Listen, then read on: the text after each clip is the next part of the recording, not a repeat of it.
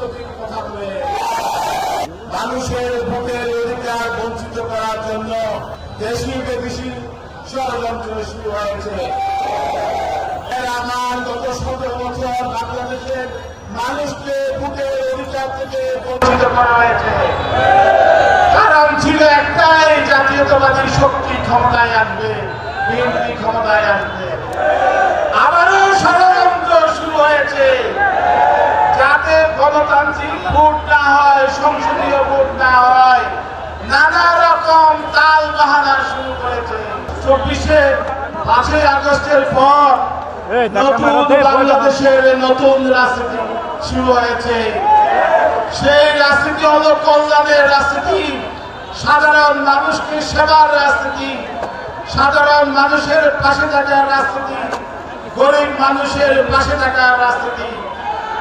আপনারা যদি আগের মতো ক্ষমতা দেখান, আধিপত্য দেখান, মানুষকে অনিষ্ট করেন, মানুষ যদি ভাবে যে আপনি নিরাপদ না, তাহলে সাধারণ মানুষ রাজনীতি আপনাদের জন্য না।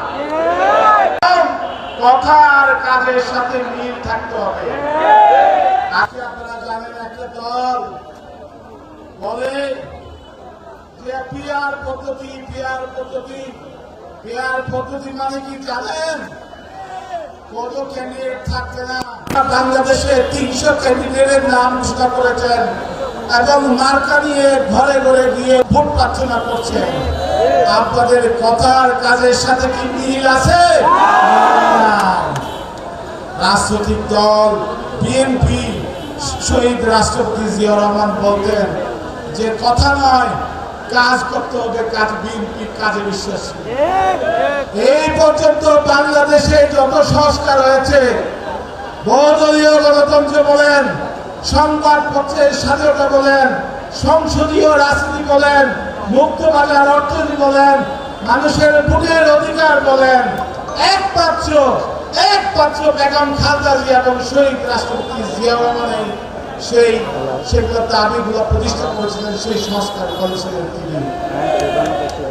আমরা জাতীয়তাবাদী দলের কর্মীরা আমরা মানুষকে প্রতারিত করি না, আমরা কখনো মিথ্যা কথা বলি না, যেটা পারবো সেটাই বলি।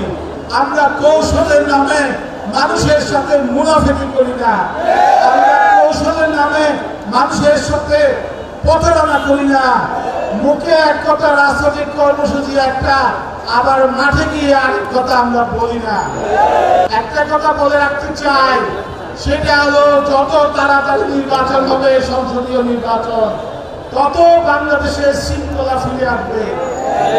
আজকে ব্যবসায়ীরা নির্বাচন চায়, আজকে সাধারণ মানুষেরা নির্বাচন চায়, আজকে সরকারি কর্মচারী কর্মকর্তারা নির্বাচন চায়, আজকে সেনাবাহিনী নির্বাচন চায়। জাতি হা এবং রাতে বিভক্ত হয়ে গেছে।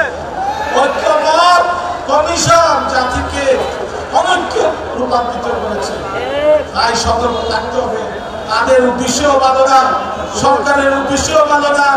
চাই এই দেশটাতে আগের মতোই ভোট ছাড়া, গণতন্ত্র ছাড়া এই দেশটা চালু থাকুক।